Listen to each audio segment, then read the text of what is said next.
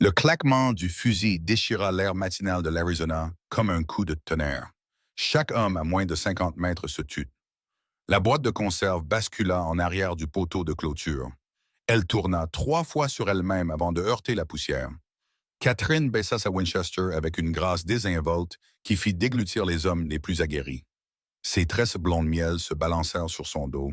Elle se tourna pour faire face à la foule de concurrents rassemblés sur la place de la ville de Tombstone. C'était en juillet 1882. La chaleur estivale miroitait sur les bâtiments en bois qui bordaient la rue Allen. Mais la température n'était rien comparée au feu qui brillait dans les yeux bleus de Catherine. Elle examinait la rangée d'hommes qui venaient de la voir pulvériser leurs meilleurs efforts de tir. Quelqu'un d'autre veut tenter sa chance pour le prix? Lança-t-elle. Sa voix portait, claire et forte, sur tout le terrain de compétition. Le fusil aux garnitures d'argent brillait au soleil. L'étui en cuir à sa hanche contenait un revolver Colt qu'elle portait avec l'aisance d'une seconde peau. Le Marshal Virgil Earp se tenait sur la plateforme en bois, à côté de la table d'inscription. Il secouait la tête, partagé entre l'admiration et l'incrédulité. Mesdames et messieurs, je crois que nous avons notre gagnante. Mademoiselle Catherine Hartley a surclassé tous les concurrents du concours de tir de Tombstone de cette année. Elle a atteint 47 cibles sur 50 à des distances variées. Une vague d'applaudissements parcourut la foule. Catherine pouvait cependant voir les mâchoires serrées et les yeux plissés de plus d'un homme. Il n'appréciait pas d'être battu par une femme.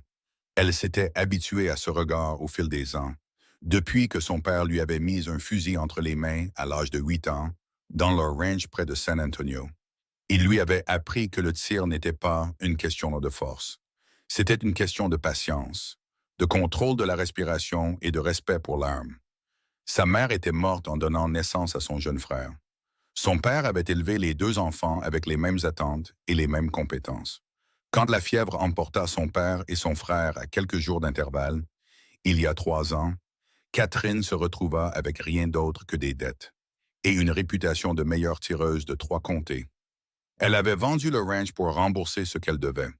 Depuis, elle voyageait, participant à des concours où le prix en argent pouvait la nourrir et la loger.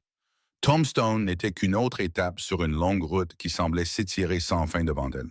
Elle avait pourtant entendu dire que les mines d'argent ici produisaient richesse et opportunités, pour ceux qui étaient assez courageux ou assez désespérés pour les saisir.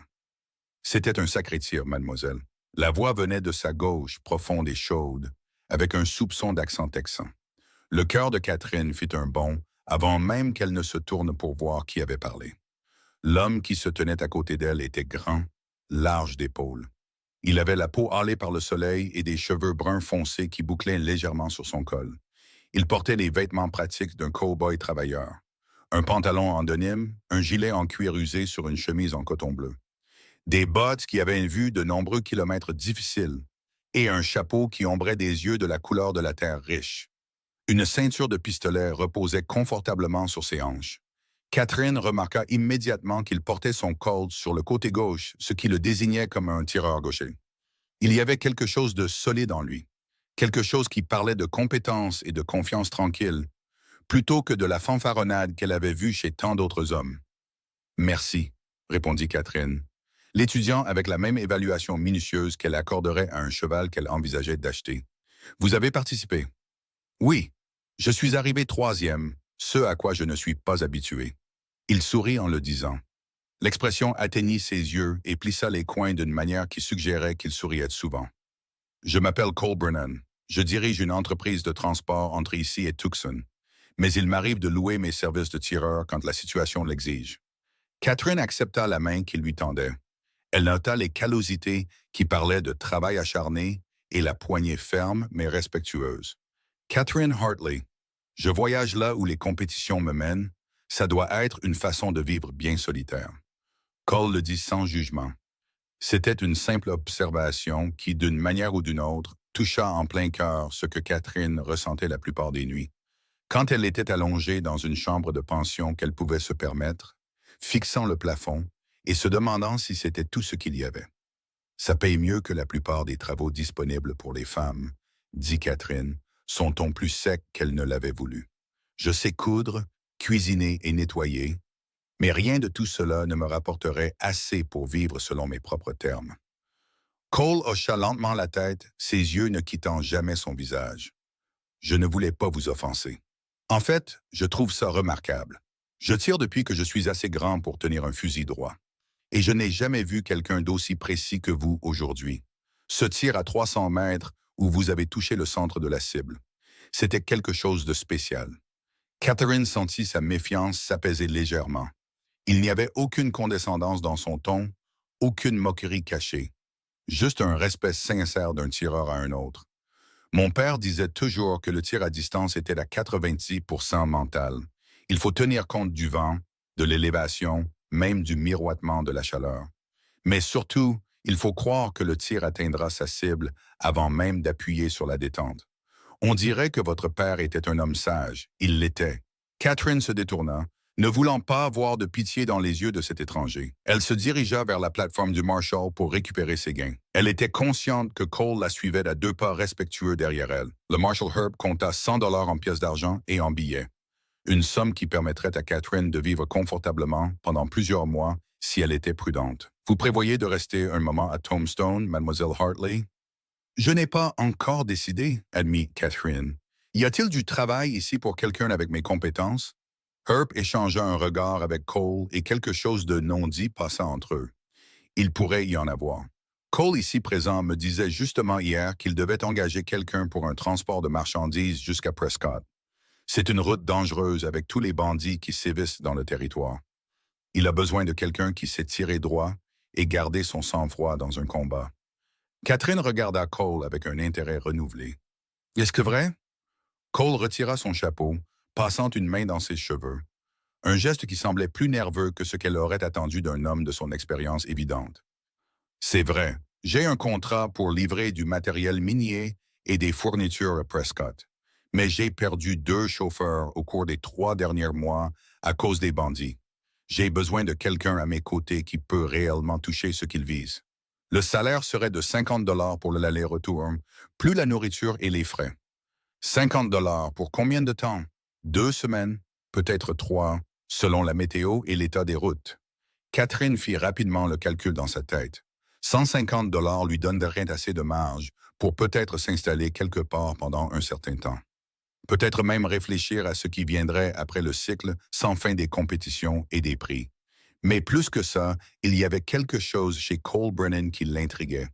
Il ne la regardait pas comme une curiosité ou une menace pour sa masculinité. Il la regardait comme si elle était quelqu'un qu'il voulait pour assurer ses arrières. « Qu'est-ce que vous transportez ?» demanda-t-elle.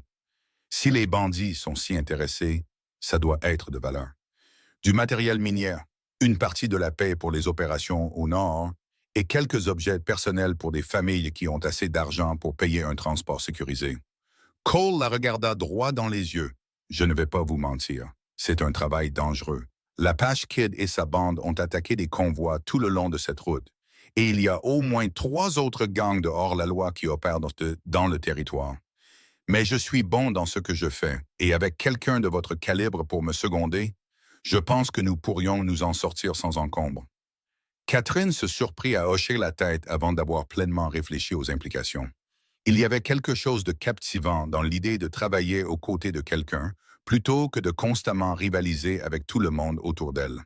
Et si elle était honnête avec elle-même, il y avait quelque chose de captivant chez Cole Brennan lui-même. « Quand partons-nous? » Le sourire de Cole était comme un lever de soleil sur le désert. « Après-demain, juste avant l'aube. Ça vous laisse le temps de vous reposer et de vous procurer les fournitures dont vous avez besoin. Retrouvez-moi au bureau de Fred sur la 3e rue. Nous prendrons 2 chariots, donc j'aurai un autre chauffeur pour le second. Mais vous monterez avec moi sur le chariot de tête. J'y serai, promit Catherine. Et tandis qu'elle s'éloignait avec son prix rangé en sécurité dans sa sacoche en cuir, elle pouvait sentir les yeux de Cole sur son dos. Ce n'était pas le regard prédateur qu'elle avait appris à reconnaître et à éviter. C'était quelque chose de complètement différent. Quelque chose qui faisait battre son pouls plus vite et dispersait ses pensées comme des oiseaux effarouchés. Les 2 jours suivants passèrent dans un tourbillon de préparatifs. Catherine acheta des munitions, vérifia et nettoya ses armes.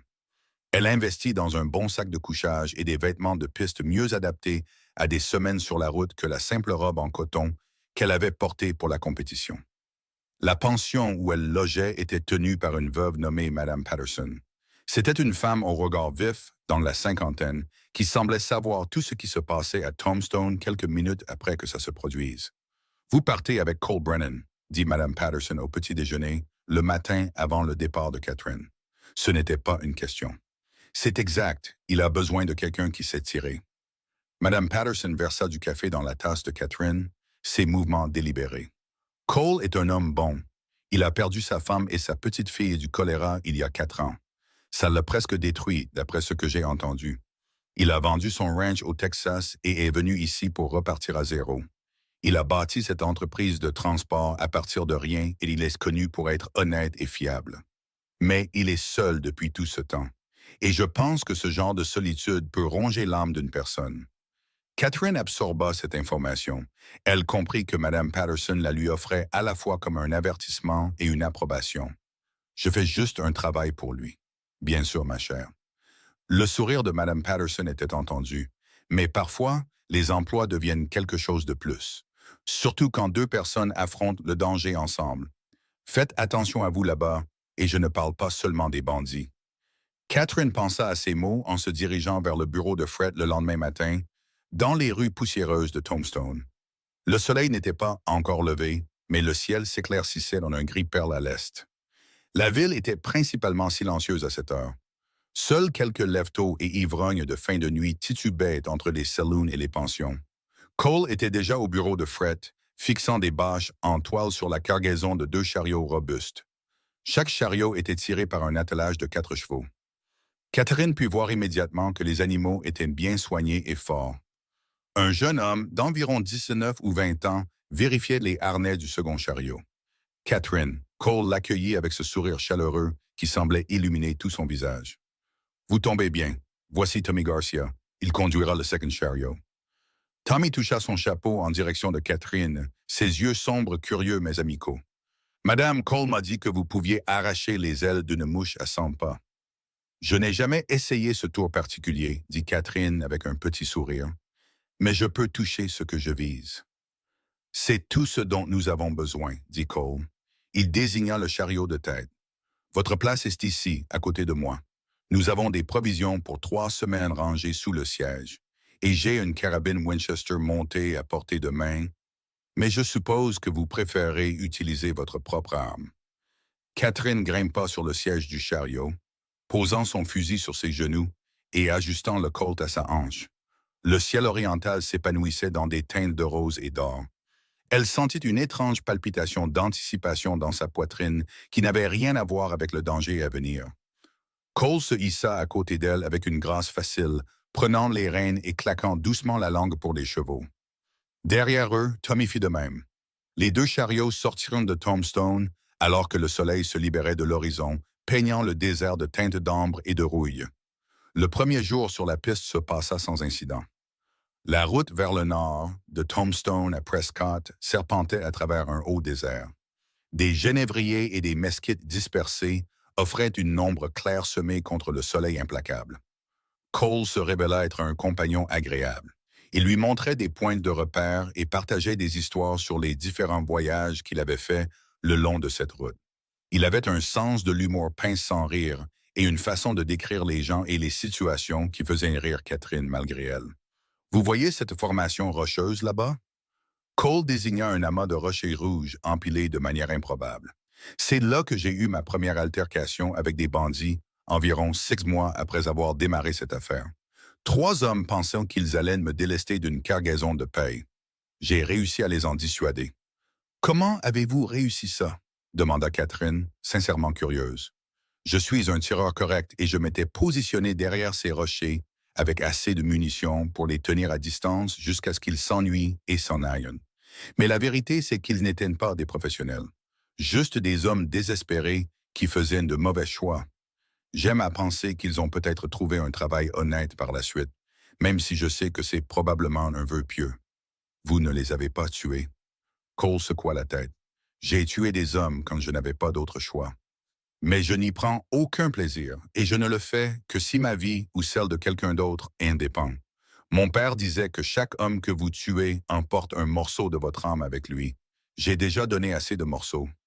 Catherine étudia son profil alors qu'il guidait les chevaux sur la route défoncée. Il y avait quelque chose de profondément décent chez Cole Brennan, quelque chose qui lui donnait envie d'en savoir plus sur l'homme derrière l'apparence compétente. Madame Patterson m'a dit que vous aviez perdu votre famille. Les mains de Cole se resserrèrent sur les rênes, mais sa voix resta stable. Sarah et la petite Emma. Le choléra a balayé notre ville au Texas et elles sont parties en 3 jours. Je ne me suis jamais senti aussi impuissant de ma vie. Toute ma force et mon habileté avec les armes, et je n'ai pas pu les protéger de quelque chose que je ne pouvais ni voir ni combattre. Je suis désolé, dit Catherine doucement. J'ai perdu mon père et mon frère à cause de la fièvre il y a 3 ans. Je comprends cette impuissance. Cole la regarda, et dans ses yeux, elle vit la reconnaissance d'un deuil partagé. Alors vous savez pourquoi j'ai quitté le Texas. Trop de souvenirs partout où je regardais. J'avais besoin de recommencer quelque part où je ne verrais pas Sarah à chaque coin de rue, ni n'entendrais le rire d'Emma dans la voix de chaque enfant. Est-ce que c'est mieux ici? Certains jours. Certains jours, je peux passer des heures sans penser à elle. D'autres jours, le poids de tout ça me submerge presque. Il marqua une pause, semblant rassembler ses pensées. Mais dernièrement, j'ai pensé qu'il était peut-être temps d'arrêter de fuir le deuil et de commencer à construire quelque chose de nouveau. Pas pour remplacer ce que j'ai perdu, mais pour l'honorer en vivant pleinement plutôt qu'en survivant simplement. Catherine sentit quelque chose bouger en elle, une reconnaissance qu'elle avait peut-être fait la même chose, courant de compétition en compétition, sans jamais s'installer, sans jamais s'autoriser à imaginer un avenir au-delà du prochain prix. Ça ressemble à de la sagesse. Ça ressemble à de l'épuisement, corrigea Cole avec un léger sourire. Mais peut-être que la sagesse et l'épuisement se ressemblent après un certain nombre d'années. Ils campèrent cette nuit-là près d'un ruisseau où des peupliers offraient un abri. Le bruit de l'eau courante était une agréable toile de fond au crépitement du feu. Tommy se révéla être un cuisinier de camp talentueux. Il prépara un ragoût étonnamment bon avec du bœuf séché, des haricots et quelques oignons sauvages qu'il avait cueillis près du ruisseau. Catherine se porta volontaire pour prendre le premier quart de veille. Cole n'argumenta pas et ne suggéra pas qu'elle n'était pas capable d'assumer cette responsabilité. Elle s'assit le dos contre un rocher, le fusil sur les genoux, observant les étoiles apparaître dans la vaste obscurité au-dessus. Le désert la nuit était une symphonie de petits bruits. Le bruissement des créatures dans les buissons, le hurlement lointain des coyotes, la respiration douce des chevaux attachés à proximité. Catherine avait toujours aimé ce moment de la journée où le monde semblait s'arrêter et reprendre son souffle avant de continuer son mouvement sans fin. Vous devriez essayer de dormir. La voix de Cole vint doucement de derrière elle. Je suis réveillé de toute façon. Je n'arrive pas à dormir, admit Catherine. La première nuit sur la piste me met toujours sur les nerfs. Cole s'installa à côté d'elle, en prenant soin de garder une distance respectueuse. Mais il était assez proche pour qu'elle puisse sentir la chaleur qui émanait de son corps dans l'air rafraîchissant du désert. J'étais pareil avant, mais maintenant, je trouve que c'est sur la piste que je dors le mieux. Il y a quelque chose dans le fait d'être sous le ciel ouvert qui me fait me sentir moins piégé. Piégé par quoi? Les souvenirs, les attentes, le poids de ce que les autres pensent que je devrais faire de ma vie. Cole ramassa une petite pierre et la lança dans l'obscurité. Mon frère m'écrit tous les quelques mois du Texas. Il me dit qu'il est temps de rentrer à la maison, de me ranger, de trouver une gentille femme et de recommencer. Il est bien intentionné, mais il ne comprend pas qu'on ne peut pas simplement remplacer les gens comme s'ils étaient des bottes usées. Non, acquiesça Catherine. Mais peut-être qu'on peut honorer ce qu'on a eu en s'autorisant à ressentir quelque chose de nouveau. Pas comme un remplacement, mais comme une continuation de qui on est. Cole se tourna pour la regarder. Même dans la faible lumière des étoiles, elle pouvait voir l'intensité de son regard. C'est ce que vous vous dites? Je ne me dis pas grand-chose, admit Catherine. Je continue juste d'avancer et j'essaie de ne pas trop réfléchir à ce que tout cela signifie. Ça semble solitaire. Ça l'est, dit Catherine, se surprenant elle-même par son honnêteté. Mais la solitude me semblait plus sûre que de risquer plus de pertes. Cole resta silencieux un long moment. Catherine pensa qu'elle en avait peut-être trop dit, qu'elle avait trop révélé de ses blessures intérieures. Mais ensuite il parla, sa voix basse et sincère. Je vous ai regardé à cette compétition, et ce n'est pas seulement votre tir qui m'a impressionné. C'est la façon dont vous vous teniez. comme si vous n'aviez besoin de l'approbation ou de la permission de personne pour être exactement qui vous êtes. J'ai envié ça. J'ai passé les 4 dernières années à essayer de comprendre qui je suis sans Sarah et Emma. Et je ne suis toujours pas sûr de connaître la réponse. Peut-être que nous sommes tous les deux encore en train de chercher, dit doucement Catherine. Et peut-être que ce n'est pas grave, sourit Cole. Et Catherine sentit quelque chose de chaleureux se déployer dans sa poitrine. Quand j'ai dit que je voulais que vous assuriez mes arrières, je le pensais de plusieurs façons. J'ai le sentiment que vous êtes quelqu'un qui vaut la peine d'être connu, Catherine Hartley. Le sentiment est mutuel, Cole Brennan. Ils restèrent assis ensemble dans un silence confortable après cela, se relayant pour la veille pendant la nuit. Quand l'aube arriva, Catherine se sentit plus reposée qu'elle ne l'avait été depuis des mois, malgré le peu de sommeil. Le deuxième jour sur la piste les amena dans un pays plus accidenté. La route grimpait à travers des collines rocheuses couvertes de genévriers et de pins à pignons. Les chariots craquaient et gémissaient sous l'effort de la montée. Cole gardait un œil attentif sur le terrain environnant.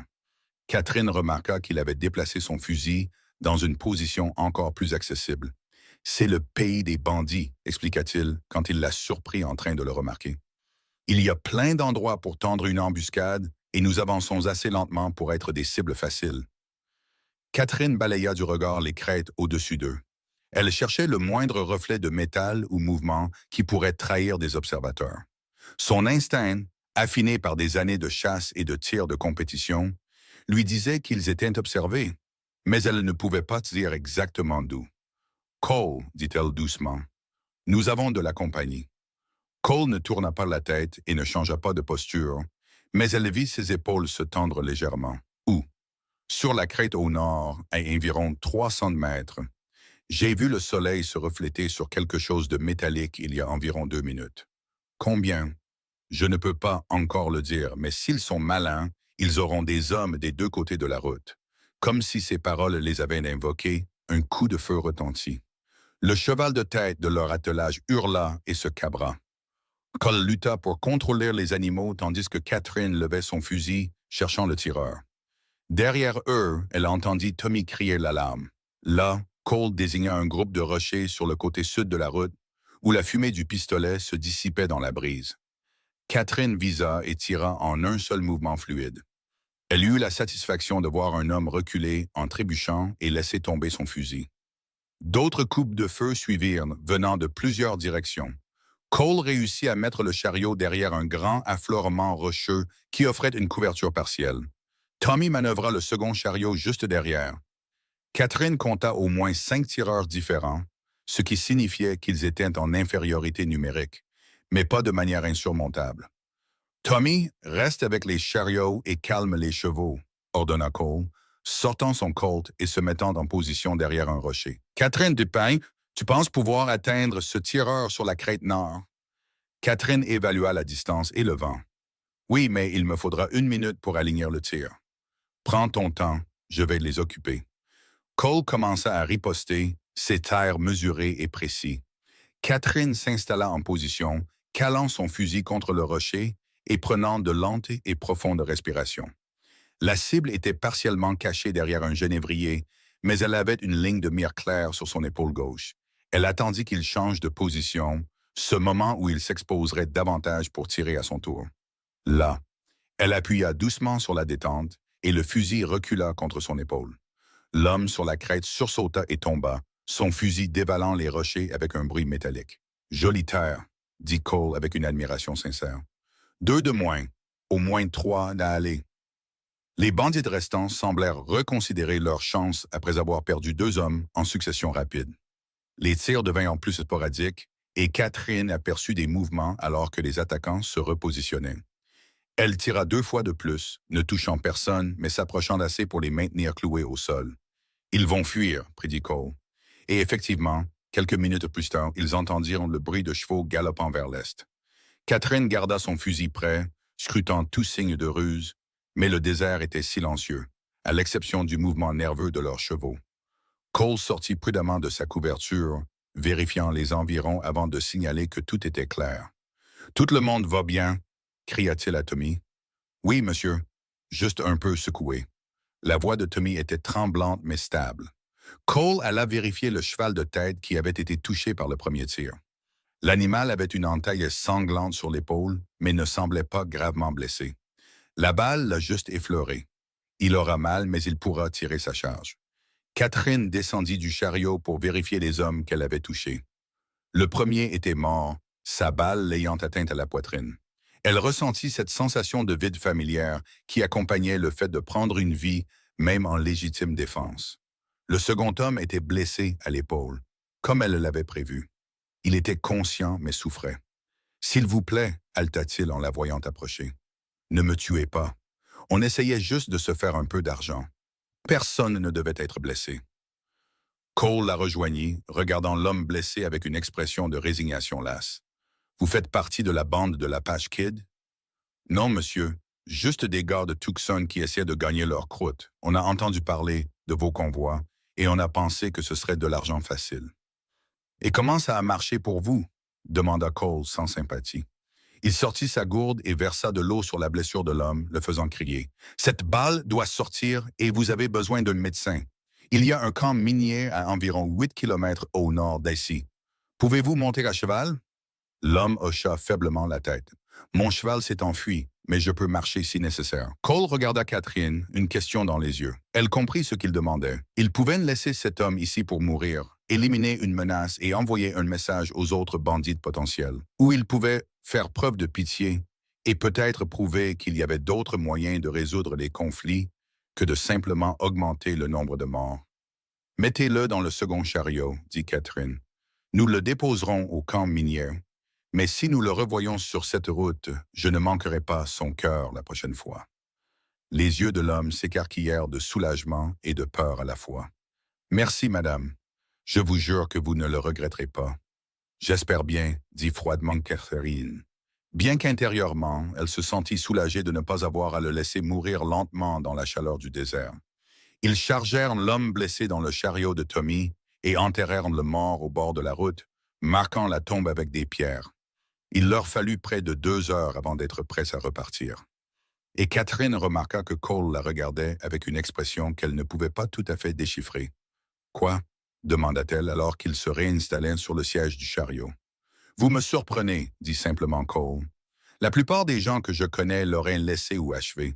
Faire preuve de pitié dans ce territoire est souvent perçu comme une faiblesse. »« Je me fiche de la façon dont c'est perçu, » répondit Catherine. « Je connais la différence entre me défendre et commettre un meurtre. Cet homme n'était plus une menace. » Cole sourit, et il y avait quelque chose de chaleureux et d'émerveillé dans son expression. « Vous êtes quelqu'un de spécial, Catherine Hartley. J'espère que vous le savez. » Catherine sentit une chaleur monter à ses joues qui n'avait rien à voir avec le soleil du désert. « Vous n'êtes pas si mal non plus, Cole Brennan. » Ils atteignirent le camp minier avant le coucher du soleil. C'était un ensemble rudimentaire de tentes et de structures temporaires où des hommes extrayaient le cuivre de la terre réticente. Le médecin du camp, un homme bourru qui semblait avoir tout vu de ce que la frontière pouvait offrir, prit en charge le bandit blessé avec une efficacité professionnelle. Il vivra si l'infection ne s'installe pas. Le médecin leur dit « J'enverrai un mot au marshal de Prescott pour lui dire ce qui s'est passé ici. Vous avez bien fait de l'amener. » Cole paya un repas chaud pour Catherine, Tommy et lui-même au restaurant improvisé du camp. Ils mangèrent un ragoût de bœuf et du pain frais qui avait un goût de paradis après une journée de rations de piste et de violence. Catherine remarqua que Cole semblait plus détendu ici, parmi les mineurs et les travailleurs. Il échangeait des blagues et des histoires avec des hommes qui le connaissaient et le respectaient clairement. « Vous vous êtes fait un sacré nom sur cette route, » observa-t-elle alors qu'ils retournaient à l'endroit où ils avaient campé les chariots, à la périphérie de la colonie. « La réputation est toute dans ce métier, » expliqua Cole. « Si les gens savent que vous êtes honnête et fiable, ils paieront un supplément pour vos services. S'ils savent que vous êtes aussi quelqu'un qui peut protéger leurs biens et faire preuve de pitié quand il le faut, ils vous confieront leur cargaison la plus précieuse. »« C'est ce que je suis ?» demanda Catherine, surprise par la note de flirt dans sa propre voix. « Une cargaison précieuse? » Cole s'arrêta de marcher et se tourna pour lui faire face. Le soleil se couchait derrière lui, peignant le ciel de teintes de violet et d'or. Et dans cette lumière, il ressemblait à quelque chose sorti d'un tableau. Vous êtes bien plus important qu'une cargaison, Catherine. Vous êtes une partenaire, quelqu'un en qui je peux avoir confiance pour assurer mes arrières dans un combat et pour prendre de bonnes décisions quand ça compte. C'est plus rare que l'or dans ce territoire. Le cœur de Catherine battait plus vite que pendant la fusillade plus tôt. Cole, je dois vous dire quelque chose. Je ne me suis pas permis de ressentir grand-chose depuis longtemps. Il semblait plus sûr de continuer à bouger, à concourir, à tout garder à la distance. Mais être ici avec vous, travailler à vos côtés, ça me fait me souvenir de ce que c'est que de se connecter à quelqu'un. Et ça me terrifie. Cole tendit lentement la main, lui laissant tout le temps de reculer si elle le voulait, et prit sa main dans la sienne. Sa paume était chaude et cailleuse, et Catherine sentit un choc de conscience à ce simple contact. Ça me terrifie aussi, admit-il. Je me suis dit après la mort de Sarah que j'en avais fini avec les sentiments profonds. La douleur de la perdre, elle et Emma, m'a presque tué. Mais je commence à penser que peut-être la douleur est le prix que nous payons pour l'amour. Et peut-être que c'est un prix qui vaut la peine d'être payé. C'est ce que c'est? Murmura Catherine. De l'amour? Je ne sais pas encore, dit honnêtement Cole. Mais j'aimerais avoir la chance de le découvrir si vous êtes d'accord. Catherine leva les yeux vers lui et vit tout ce qu'elle avait fui pendant 3 ans. La possibilité de connexion, le risque de perte, l'espoir terrifiant qu'elle pourrait peut-être avoir plus que la simple survie. Je suis d'accord, dit-elle doucement. Cole sourit, puis il l'embrassa. Doucement et interrogateur au début, puis plus profondément alors que Catherine répondait. Elle avait l'impression de tomber et de voler en même temps, son cœur s'emballant et son esprit tourbillonnant. Quand ils se séparèrent enfin, tous deux essoufflés, Catherine posa son front contre sa poitrine et écouta le battement régulier de son cœur. C'était inattendu, réussit-elle à dire. Bon inattendu ou mauvais inattendu? Demanda Cole, sa voix grondant dans sa poitrine. Très bon inattendu. Catherine leva les yeux vers lui, incapable de s'arrêter de sourire. Mais nous devrions probablement retourner au chariot avant que Tommy ne pense que nous avons été enlevés par des bandits. Cole rit et le son de son rire remplit Catherine de joie. Ils retournèrent au camp main dans la main, et si Tommy remarqua le changement entre eux, il fut assez sage pour garder ses observations pour lui. Cette nuit-là, Catherine prit le second quart de veille, et Cole resta éveillé avec elle, même si ce n'était pas son tour. Ils s'assirent près l'un de l'autre, les épaules se touchant, parlant à voix basse de leur passé, de leurs espoirs et des chemins étranges qui les avaient menés à ce moment. Catherine lui parla de son enfance au Texas, de la façon dont son père l'avait traitée comme une égale et lui avait appris à être forte et indépendante. Cole partagea des souvenirs de Sarah qui étaient doux amers mais plus déchirants. Et il parla de ses rêves de construire quelque chose de durable dans ce territoire sauvage. J'ai pensé à m'installer pour de bon, admet Cole. Peut-être à acheter un terrain près de Prescott et construire une vraie maison. Je pourrais toujours gérer l'entreprise de transport, mais j'aurais une base, un endroit à moi. Je sais qu'il est trop tôt pour vous demander de faire partie de ce plan, mais je vous le dis pour que vous sachiez où j'en suis. Catherine sentit à nouveau cette palpitation de terreur et d'espoir. Il est trop tôt pour faire des promesses, acquiesça-t-elle. Mais il n'est pas trop tôt pour imaginer des possibilités. Cole serra sa main. Je peux travailler avec des possibilités. Les jours restants du voyage vers Prescott passèrent dans une étrange combinaison de conscience accrue et de camaraderie confortable. Catherine se mit à tout remarquer chez Cole. La façon dont il traitait les chevaux avec une gentillesse patiente. Comment il pouvait lire la météo dans les nuages et le vent. La compétence tranquille avec laquelle il gérait chaque défi qui se présentait. Elle remarqua aussi la façon dont il la regardait quand il pensait qu'elle ne faisait pas attention, comme si elle était quelque chose de précieux et d'inattendu. Ils firent en face à une autre attaque de bandits 2 jours avant d'arriver à Prescott. Mais cette fois, Catherine et Cole travaillèrent ensemble avec une coordination si parfaite que le combat fut terminé en quelques minutes. Catherine élimina le guetteur avec un tir à longue distance que Cole jura impossible. Puis, elle assura une couverture de feu pendant que Cole manœuvrait pour prendre les attaquants restants à revers. Les bandits s'enfuirent après avoir réalisé qu'ils étaient surclassés. Et Cole et Catherine partagèrent un regard de triomphe qui se transforma en rire. « On forme une bonne équipe, dit Cole. Et il n'y avait rien de désinvolte dans sa façon de le dire.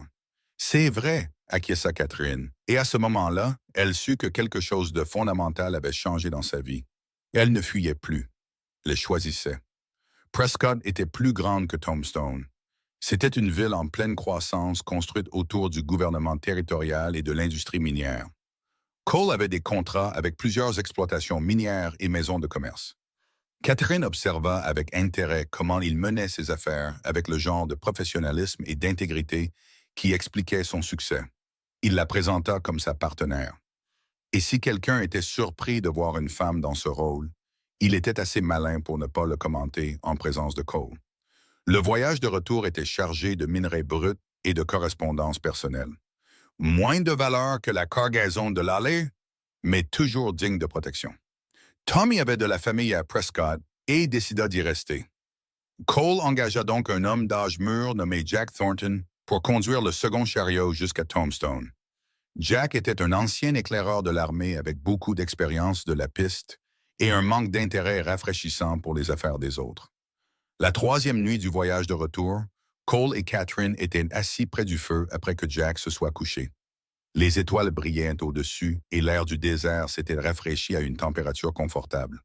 Cole avait été plus silencieux que d'habitude toute la journée, et Catherine l'avait remarqué en train de la regarder avec une expression qui mêlait espoir et peur. « Catherine, je dois dire quelque chose, et j'ai besoin que vous me laissiez tout dire avant de répondre, » dit finalement Cole, sa voix sérieuse. « Je sais que ça ne fait que 2 semaines qu'on se connaît. Je sais que ce n'est pas assez de temps pour vraiment connaître quelqu'un. Mais j'ai appris plus sur vous en ces 2 semaines que sur certaines personnes que je connaissais depuis des années. Je sais que vous êtes courageuse, compétente et gentille. Je sais que vous avez un bon cœur et un esprit fort. Je sais que lorsque vous êtes à mes côtés, je me sens plus vivant que je ne l'ai été depuis avant la mort de Sarah.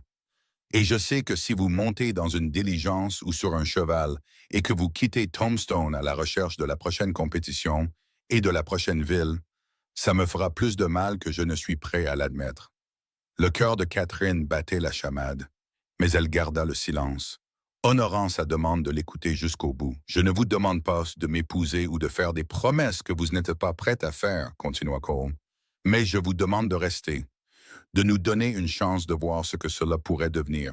J'ai assez d'économies pour acheter ce terrain près de Prescott dont je vous ai parlé.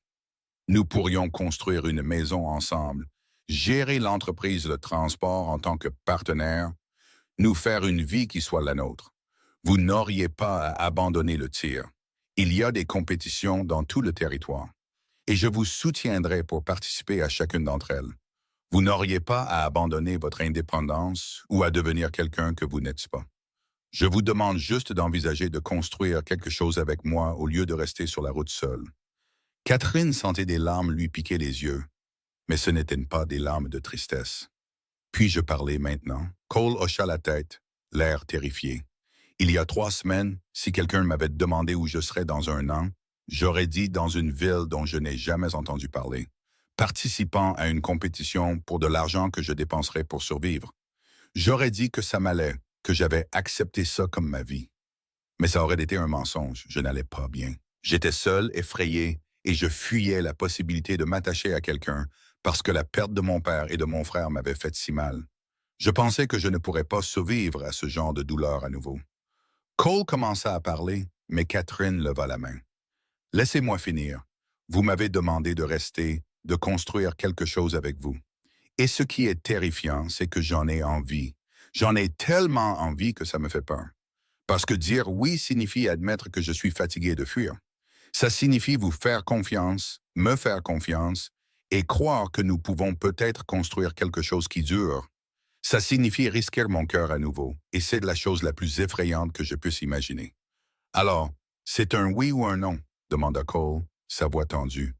Catherine sourit à travers ses larmes. « C'est un oui idiot. C'est absolument un oui. » Cole la prit dans ses bras et Catherine s'y laissa aller, enfouissant son visage dans sa poitrine et se laissant pleurer pour tout ce qu'elle avait perdu et tout ce qu'elle pourrait gagner.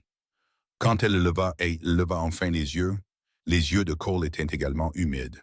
« Je vous aime, » dit-il simplement. « Je sais que c'est rapide, mais c'est vrai. J'aime votre force, votre habileté et votre façon de voir le monde. J'aime que vous ayez fait preuve de pitié envers ce bandit blessé et que vous riez de mes terribles blagues.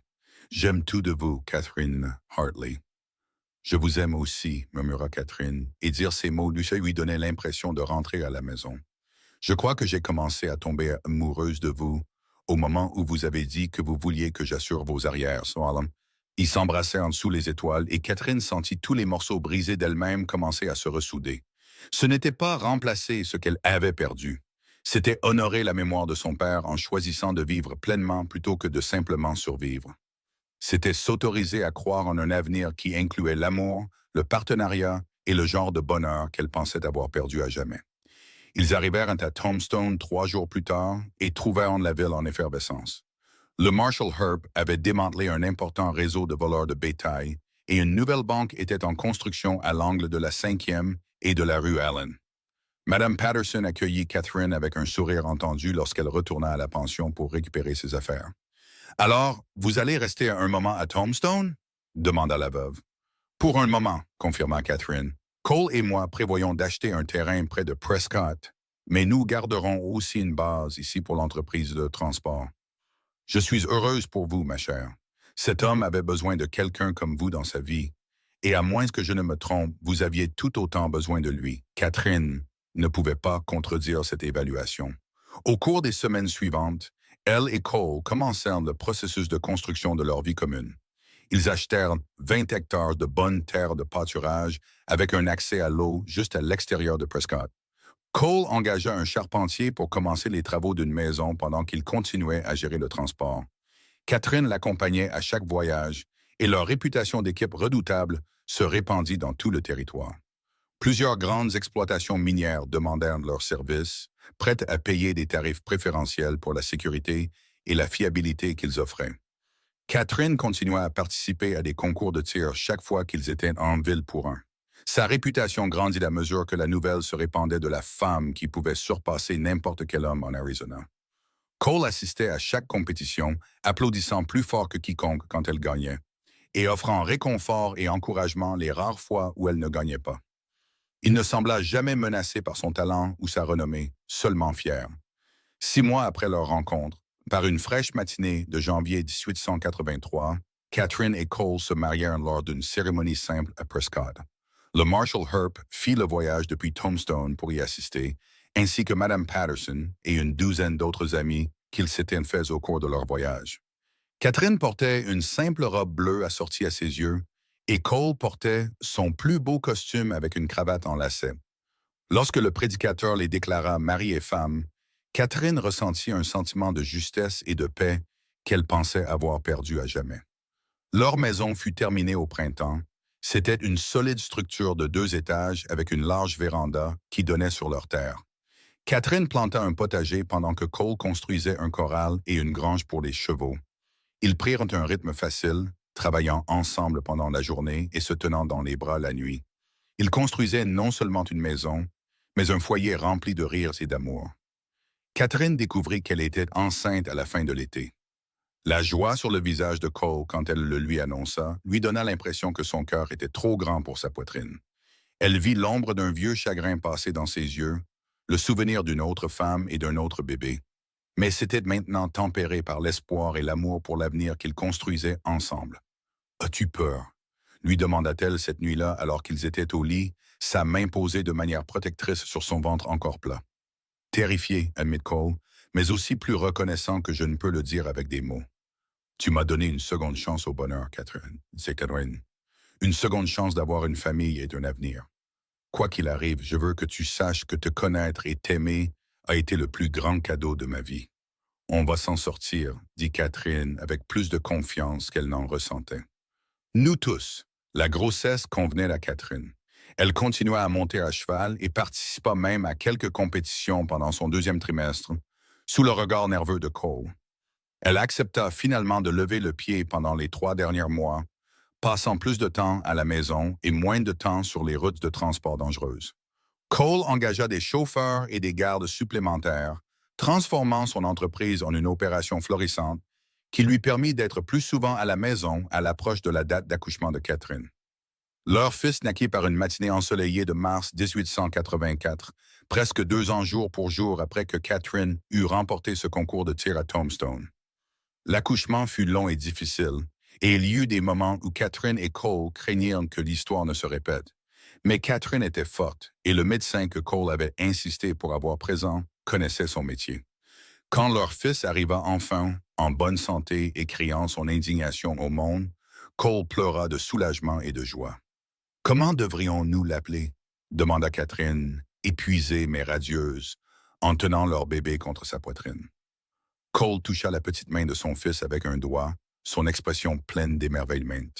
Je pensais à Thomas, d'après ton père, si ça te va. Thomas Brennan, dit Catherine, testant le nom. Je pense que c'est parfait. Thomas se révéla être un bébé en bonne santé et heureux qui semblait avoir hérité de la détermination têtue de sa mère et du tempérament facile de son père. Catherine découvrit que la maternité lui venait plus naturellement qu'elle ne l'avait prévu, bien qu'elle ait eu des moments de terreur en pensant à tout ce qui pouvait mal tourner. Cole était un père dévoué, patient et aimant. Catherine le surprenait parfois à regarder Thomas avec une expression de souvenir doux amer pour la fille qu'il avait perdue. « Tu penses qu'Emma l'aurait aimé ?» demanda Catherine un soir alors qu'il regardait Thomas dormir dans son berceau. C'était la première fois qu'elle prononçait le nom d'Emma à voix haute, et elle vit la surprise de Cole. « Je pense qu'elle aurait adoré être une grande sœur, dit doucement Cole. Et je pense que Sarah t'aurait aimé. Vous êtes toutes les deux si fortes et compétentes, si pleines de vie. Je n'essaie pas de remplacer ce que j'avais, Catherine. Ce que nous avons est sa propre chose, son propre miracle. Je sais, dit Catherine en lui prenant de la main, mais je sais aussi qu'Emma et Sarah font partie de qui tu es. Et je ne veux pas que tu sentes que tu ne peux pas parler d'elles. Cole la serra contre lui, et Catherine sentit la tension quitter ses épaules. Merci de comprendre ça. Merci de me donner la permission de garder à la fois mon passé et mon présent dans mon cœur.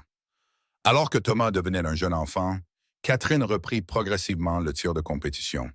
Mais maintenant, elle concourait plus près de chez elle et jamais pour plus de quelques jours à la fois. Elle découvrit que le fait d'être mère n'avait pas diminué ses compétences, mais avait en fait aiguisé sa concentration. Elle avait quelque chose à prouver maintenant, au-delà de sa propre survie. Elle voulait que son fils grandisse en sachant que les femmes pouvaient être fortes, compétentes et indépendantes. Qu'il n'y avait pas de limite à ce qu'elles pouvaient accomplir si elles étaient prêtes à travailler pour cela. L'entreprise de transport de Cole continua de prospérer et il l'étendit pour inclure des routes à travers les territoires de l'Arizona et du Nouveau-Mexique. Il engagea un directeur pour gérer les opérations quotidiennes, ce qui lui permit de passer plus de temps à la maison avec Catherine et Thomas. Ensemble, ils devinrent des piliers de la communauté grandissante de Prescott, connus pour leur intégrité, leurs compétences et l'amour sincère qu'ils se témoignaient. Au printemps de 1886, Catherine découvrit qu'elle était de nouveau enceinte. Elle était nerveuse à l'idée d'avoir un autre enfant, craignant de ne pas avoir assez d'amour à donner. Mais ses craintes s'évanouirent au moment où elle tint sa fille pour la première fois cet hiver-là. Ils l'appelèrent Sarah Emma, en l'honneur de la première famille de Cole, et Catherine vit la guérison que cela apporta au cœur de son mari de prononcer ces noms avec joie plutôt qu'avec tristesse. Thomas, qui avait alors presque 3 ans, était fasciné par sa petite sœur et se nomma son protecteur. Catherine observait les soins doux de son fils pour Sarah et voyait le genre d'homme que Cole était en train de former. Leur maison était remplie de rire et d'amour, des bruits d'enfants qui jouent et de parents qui ne prenaient jamais pour acquis le miracle de la famille qu'ils avaient construite ensemble. Les années passèrent et les Brennan devinrent légendaires dans le nord de l'Arizona. Catherine concourait moins fréquemment à mesure que ses enfants grandissaient, mais elle n'abandonna jamais complètement le tir. Elle remporta le championnat territorial 3 fois et se classa dans les 5 premiers dans presque toutes les compétitions auxquelles elle participa. Plus important encore, elle devint un mentor et un modèle pour les jeunes femmes de tout le territoire. Elle prouva que le mariage et la maternité ne signifiaient pas nécessairement renoncer à l'indépendance ou à l'accomplissement personnel. L'entreprise de transport de Cole évolua pour devenir l'une des opérations les plus réussies du Sud-Ouest. Il employait des dizaines de personnes, les traitait équitablement et devint connu comme un homme dont la parole était son engagement. Il n'oublia jamais les leçons que Catherine lui avait apprises sur la pitié et sur le fait de voir l'humanité chez les autres, même en traitant avec des bandits et des hors-la-loi. Plusieurs hommes qui auraient pu finir du mauvais côté de la loi trouvèrent un travail honnête dans l'entreprise de Cole. Il leur donna les secondes chances qui changèrent leur vie.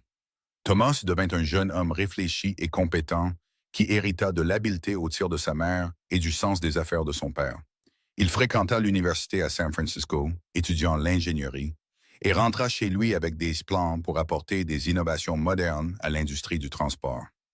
Sarah se révéla être aussi volontaire et indépendante que sa mère, avec un don pour les mathématiques et une détermination à devenir enseignante. Les deux enfants grandirent en sachant qu'ils étaient aimés inconditionnellement et que le partenariat de leurs parents était fondé sur le respect mutuel et une affection sincère. Par une chaude soirée de juin 1895, Catherine et Cole étaient assis sur la véranda de leur maison. Ils regardaient le coucher de soleil peindre le ciel de l'Arizona de teintes d'or et de cramoisi. Thomas avait maintenant 21 ans et gérait une division de l'entreprise de transport. Sarah, à 11 ans, était à l'intérieur en train de faire ses devoirs avec la concentration féroce qu'elle mettait dans tout ce qu'elle entreprenait. Les cheveux de Catherine avaient maintenant des fils d'argent et le visage de Cole montrait les rides qui venaient avec une vie bien vécue. Mais le lien entre eux était aussi fort qu'il l'avait été cette première nuit sur la piste, quand ils s'étaient avoués leurs sentiments. « Le regrettes-tu parfois ?» demanda Cole, prenant la main de Catherine dans la sienne. « Avoir abandonné le circuit des compétitions pour t'installer ici avec moi ?» Catherine regarda la terre qu'ils avaient bâtie ensemble, la maison qu'ils avaient remplie d'amour, la famille qu'ils avaient créée. Elle pensa à la femme solitaire qu'elle avait été 13 ans plus tôt, voyageant de ville en ville avec rien d'autre que son fusil et ses prix, convaincue que l'isolement était plus sûr que la connexion. « Pas une seule seconde, dit-elle honnêtement. Tu m'as dit un jour que tu voulais que j'assure tes arrières, mais ce que tu m'as vraiment donné, c'est le courage d'arrêter de fuir et de commencer à vivre. Tu m'as donné un foyer, une famille et un partenariat qui me rend plus forte chaque jour. J'ai remporté le plus grand prix de ma vie le jour où je t'ai rencontré, Cole Brennan. » Cole sourit. Ce même sourire chaleureux qui avait capturé son cœur toutes ces années auparavant à Tombstone. « C'est moi qui ai gagné, Catherine. Le jour où tu as surclassé tous les hommes à cette compétition. Le jour où tu as accepté de prendre un risque sur un transport de marchandises avec un étranger. Le jour où tu as dit oui pour construire une vie avec moi. Ce furent les jours les plus chanceux de ma vie. » Ils restèrent assis ensemble alors que les étoiles commençaient à apparaître, main dans la main, regardant leur monde s'installer dans une nuit paisible. À l'intérieur de la maison, ils pouvaient entendre Sarah chanter doucement en travaillant. Et au loin, ils pouvaient voir les lumières de la cabane de Thomas où il vivait maintenant. Assez près pour aider avec l'entreprise, mais assez loin pour établir sa propre indépendance. Catherine pensa à la jeune fille qu'elle avait été, à la femme qu'elle était devenue, et à l'avenir qui s'étendait encore devant eux. Elle avait appris que l'amour valait le risque de la perte, que le partenariat était plus fort que l'isolement, et que le plus grand courage n'était pas d'affronter des bandits ou de gagner des compétitions, mais d'ouvrir son cœur à une autre personne et de lui faire confiance pour le traiter avec soin. « Je t'aime », dit-elle à Cole. Des mots qu'elle avait prononcés des milliers de fois au fil des ans, mais qui semblaient toujours importants et nécessaires. « Je t'aimais aussi », répondit Cole, portant sa main à ses lèvres. « Aujourd'hui, demain, et pour toutes les années qu'il nous reste. » Ils restèrent sur la véranda jusqu'à la nuit noire, parlant de leurs enfants, faisant des plans pour l'entreprise de transport, riant de souvenirs partagés de leurs débuts ensemble. Quand ils rentrèrent enfin, Catherine jeta un dernier regard aux étoiles suspendues au-dessus de leur terre et ressentit une profonde gratitude pour chaque choix qu'il avait mené à ce moment. Elle était entrée à Tombstone 13 ans plus tôt, avec rien d'autre que ses compétences de tir et une détermination à survivre. Elle repartait ce jour-là avec une famille qu'elle adorait, une entreprise qu'elle avait aidé à construire, une communauté qui la respectait et un amour qui avait transformé sa compréhension de ce qui était possible. Cette fille effrayée sur le circuit des compétitions, fuyant le deuil et la peur, avait trouvé son chemin vers la maison. Et à la fin, c'était le plus grand prix de tous. Les années continuèrent de se dérouler avec le rythme doux d'une vie bien vécue. Catherine et Cole vieillirent ensemble, leur amour s'approfondissant à chaque saison qui passait. Ils firent face à des défis, comme toutes les familles. Des sécheresses qui testèrent leurs ressources, des ralentissements économiques qui requirent une gestion prudente, les chagrins inévitables qui accompagnent le fait de voir ses enfants grandir et faire leurs propres choix. Mais ils firent face à tout ensemble, partenaires au sens le plus vrai du terme. Thomas épousa une femme nommée Elizabeth qu'il rencontra pendant ses années universitaires. Ils donnèrent à Catherine et Cole leur premier petit enfant en 1898, un garçon qu'ils nommèrent Cole d'après son grand-père. Catherine tint son petit-fils pour la première fois et comprit d'une nouvelle manière le don de la continuité, de l'amour transmis de génération en génération. Elle apprit au jeune Cole à tirer quand il fut assez grand, tout comme son père le lui avait appris, et le cercle de la connaissance et de la compétence continua. Sarah fréquenta l'université malgré les sourcils levés de ceux qui pensaient que l'enseignement supérieur était un gaspillage pour les femmes. Elle devint enseignante comme elle l'avait prévu, ouvrant une école à Prescott qui se concentrait sur l'éducation des garçons et des filles selon les mêmes normes élevées. Elle ne se maria jamais, trouvant l'épanouissement auprès de ses élèves et dans son travail. Et Catherine soutint entièrement le choix de sa fille. Après tout, elle savait mieux que quiconque que la valeur d'une femme n'était pas déterminée par le fait d'avoir un mari, mais par la vie qu'elle se construisait. La santé de Cole commença à décliner au début de la soixantaine. C'était un ralentissement progressif qu'il supporta avec une grâce et un humour caractéristiques. Catherine le soigna pendant une pneumonie un hiver difficile, et ils surent tous les deux qu'il avait eu de la chance de survivre. Après cela, ils parlèrent plus ouvertement de la mort et de ce qui viendrait après, s'assurant que toutes leurs affaires étaient en ordre et que leurs souhaits étaient clairs. « Je n'ai pas peur de mourir », dit Cole à Catherine un soir, alors qu'ils étaient assis ensemble dans les fauteuils qu'ils avaient placés près de la cheminée des années auparavant. « J'ai eu plus de bonheur que la plupart des hommes n'en ont dans une vie. J'ai aimé et j'ai été aimé. J'ai construit quelque chose de durable. J'ai pu voir mes enfants grandir. Et j'ai pu passer des décennies aux côtés de la femme qui a changé ma vie. Si je meurs demain, je mourrai reconnaissant. » « Tu ne vas pas mourir demain, » dit fermement Catherine, bien que son cœur se serre à l'idée d'un monde sans corps. « Il nous reste des années, espèce d'homme têtu. » Cole sourit et prit sa main. « Quel que soit le nombre d'années qu'il nous reste, ce ne sera pas assez, mais je prendrai ce que je peux avoir. » Ils furent bénis de plusieurs années de plus ensemble. Cole vécut pour voir son fils devenir père 2 fois de plus et pour accompagner Sarah à l'hôtel quand elle se maria finalement, à 43 ans, avec un professeur veuf qui appréciait son esprit brillant et son indépendance. Il vécut pour voir son entreprise de transport devenir l'une des plus prospères du Sud-Ouest, un héritage qui subviendrait aux besoins de leurs enfants et petits-enfants pendant des générations. Par une matinée de printemps en 1911, Cole Brennan mourut paisiblement dans son sommeil, Catherine lui tenant la main. Il avait 69 ans et il avait vécu pour voir le territoire de l'Arizona devenir un État, un rêve pour lequel il avait travaillé pendant des décennies. Catherine avait 67 ans et elle savait depuis le premier instant où elle avait aimé Cole que ce jour viendrait d'un jour, mais le savoir ne rendait pas les choses plus faciles. Des centaines de personnes dont Cole avait touché la vie au fil de ses années en Arizona assistèrent aux funérailles.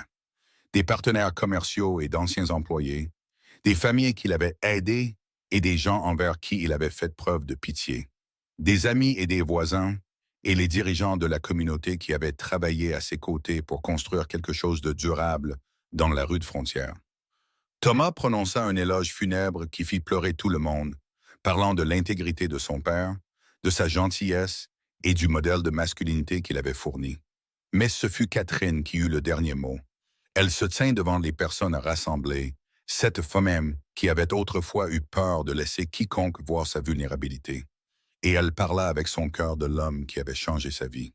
« Cole m'a dit un jour qu'il voulait que j'assure ses arrières, » dit Catherine, sa voix forte malgré son chagrin. « Mais la vérité, c'est qu'il a passé près de 30 ans à assurer les miens. Il a cru en moi quand je ne croyais pas en moi-même. Il m'a aimé sans essayer de me changer. Il m'a donné un foyer, une famille et un partenariat qui ont rendu chaque jour meilleur que le précédent. Il m'a montré que le courage ne consiste pas seulement à affronter le danger, mais à ouvrir son cœur même quand on est terrifié de perdre ce qu'on aime. Cole Brennan était le meilleur homme que j'ai jamais connu et je suis reconnaissante pour chaque moment que nous avons eu ensemble. Catherine vécut encore 15 ans après la mort de Cole et ce furent de bonnes années, bien que teintées par la douleur du manque de son partenaire. Elle resta active dans la communauté, fut le mentor de jeunes femmes et participa même à quelques concours de tir dans ses 70 ans, en remportant plus d'un à l'étonnement d'hommes de la moitié de son âge. Elle passa du temps avec ses petits-enfants et arrière-petits-enfants, leur racontant des histoires sur les débuts sauvages du territoire et l'importance de l'intégrité, du courage et de l'amour. Elle ne se remaria jamais, disant à quiconque le demandait qu'elle avait déjà eu le grand amour de sa vie et n'en avait pas besoin d'un autre. Mais elle n'était pas seule. Sa maison était toujours pleine de famille, et elle resta proche de Sarah et Thomas jusqu'à ce que sa propre santé commence à décliner. Catherine Hartley Brennan mourut dans son sommeil par une chaude nuit de juin en 1926, juste avant son 83e anniversaire.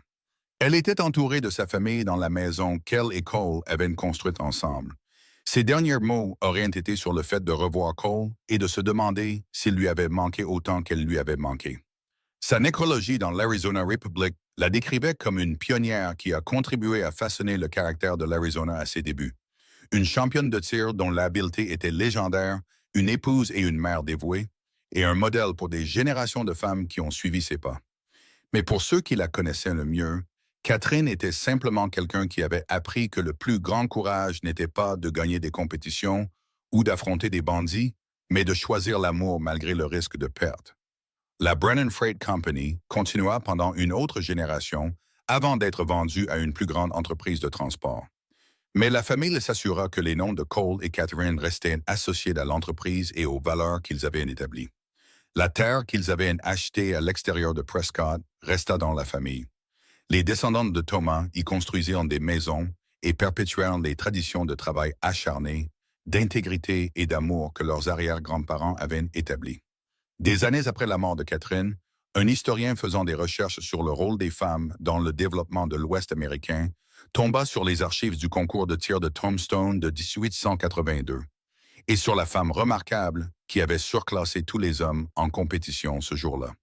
Suivre la piste de cette histoire mena à une image plus complète de la vie de Catherine, de son partenariat avec Cole et de la façon dont leur histoire d'amour avait eu un impact sur d'innombrables vies au fil des décennies. L'historien écrivit un livre sur la vie de Catherine.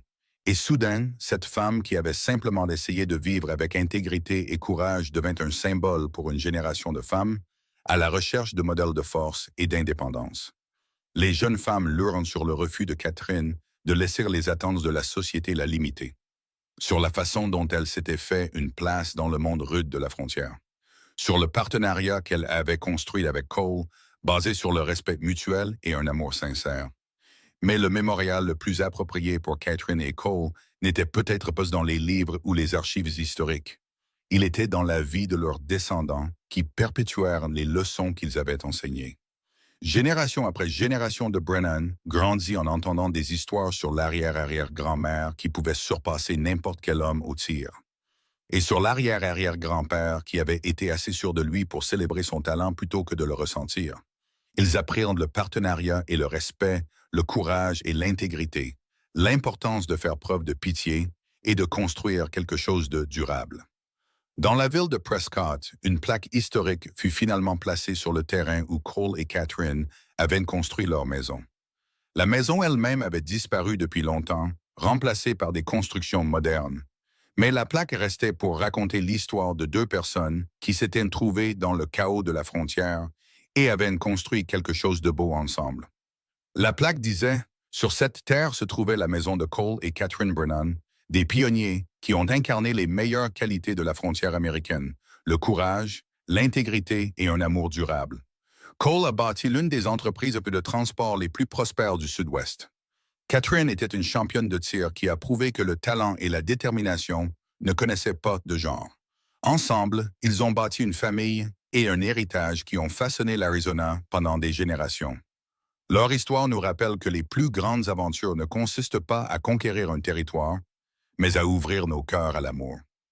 Les touristes et les habitants s'arrêtaient pour lire cette plaque et s'interroger sur les vies derrière les mots. Certains freinent des recherches plus approfondies et découvriraient l'histoire complète. La compétition où Catherine avait surclassé tous les hommes. Le transport de marchandises où elle et Cole étaient tombés amoureux. Les décennies de partenariat qui avaient suivi. Mais même sans connaître tous les détails, les gens qui lisaient cette plaque comprenaient la vérité essentielle. Catherine et Cole avaient trouvé quelque chose de rare et de précieux l'un dans l'autre, et ils avaient construit une vie qui honorait ce don. En fin de compte, l'histoire de Catherine ne concernait pas seulement le fait d'être la meilleure tireuse du territoire, ou de briser les barrières pour les femmes dans un monde dominé par les hommes, bien que ces choses comptaient. Son histoire était celle d'une femme solitaire qui fuyait le chagrin et la peur, qui avait rencontré un homme assez courageux pour l'avoir pleinement et l'aimer complètement, et qui avait choisi d'arrêter de fuir et de commencer à vivre. C'était une histoire de partenariat et de respect, du courage d'ouvrir son cœur même quand on est terrifié, de construire quelque chose de durable dans un monde qui semblait souvent temporaire et violent. C'était une histoire d'amour pure et simple, le genre qui rappelait aux gens pourquoi de telles histoires comptent. Hein? Parce que dans un monde plein de défis et de chagrins, des histoires comme celle de Catherine et Cole prouvaient que l'amour était possible, que le partenariat pouvait être égal et respectueux, que deux personnes pouvaient affronter tout ce qui se présentait ensemble et en sortir plus fortes. Et c'était peut-être le plus grand héritage qu'ils aient laissé derrière eux. Pas seulement les entreprises qu'ils ont bâties, ou les compétitions que Catherine a remportées, ou la communauté qu'ils ont aidé à établir, mais la preuve que l'amour, le véritable amour fondé sur le respect, la confiance et un partenariat sincère, était possible même dans les circonstances les plus difficiles. Ils s'étaient trouvés dans la frontière sauvage, deux personnes portant le deuil et la peur, et ils avaient construit quelque chose de beau ensemble. Ils s'étaient aimés pendant 3 décennies de joie et de défis, et ils avaient créé une famille qui a perpétué leurs valeurs pendant des générations. Ce matin de juillet 1882, lorsque Catherine s'était présentée sur la ligne de tir à Tombstone et avait surpassé tous les hommes en compétition, elle cherchait un prix et la survie. Elle avait trouvé bien plus. Elle avait trouvé Cole, qui l'avait regardé démolir la compétition et n'avait pas pensé à son orgueil blessé, mais à combien il voulait quelqu'un d'aussi compétent et fort pour assurer ses arrières. Et en voulant cela, il avait donné à Catherine quelque chose qu'elle ne savait pas qu'elle cherchait. Un partenaire, un foyer et un amour qui a tout transformé. Leur histoire s'est terminée, comme toutes les histoires, par la mort, la mémoire et le passage des années. Mais l'amour qu'ils avaient partagé a continué dans la famille qu'ils avaient bâtie, dans les valeurs qu'ils avaient inculquées, dans l'exemple qu'ils avaient donné aux générations suivantes. Et quelque part, si de telles choses étaient possibles, Catherine et Cole étaient de nouveau ensemble, veillant sur l'héritage qu'ils avaient créé et s'émerveillant de la façon dont un simple transport de marchandises en 1882 était devenu la fondation d'un amour qui a résonné à travers le temps. Le concours de tir avait été le début, mais le vrai prix avait été tout ce qui avait suivi. Le partenariat, la famille, les décennies d'amour et d'être aimé. Catherine était entrée à Tombstone en cherchant à prouver qu'elle pouvait surpasser n'importe quel homme. Elle était partie en ayant trouvé un homme qui célébrait sa force plutôt que de la craindre, qui la voulait à ses côtés, non pas malgré qui elle était, mais à cause de cela. Et ensemble, ils avaient construit quelque chose qui a duré bien au-delà de leur propre vie. C'était la véritable mesure de leur succès. Pas dans les compétitions remportées ou les entreprises bâties, mais dans l'amour qui les avait soutenus à travers tout et l'héritage de cet amour qui a continué longtemps après leur départ. Catherine avait surclassé tous les hommes à la compétition ce jour-là, et Cole avait dit qu'il voulait qu'elle assure ses arrières. Finalement, ils avaient passé leur vie à veiller l'un sur l'autre, construisant un partenariat qui a prouvé ce qui était possible lorsque deux personnes se voyaient et se valorisaient vraiment. Et cela, plus que tout prix, toute reconnaissance ou toute plaque historique, était la victoire qui comptait le plus.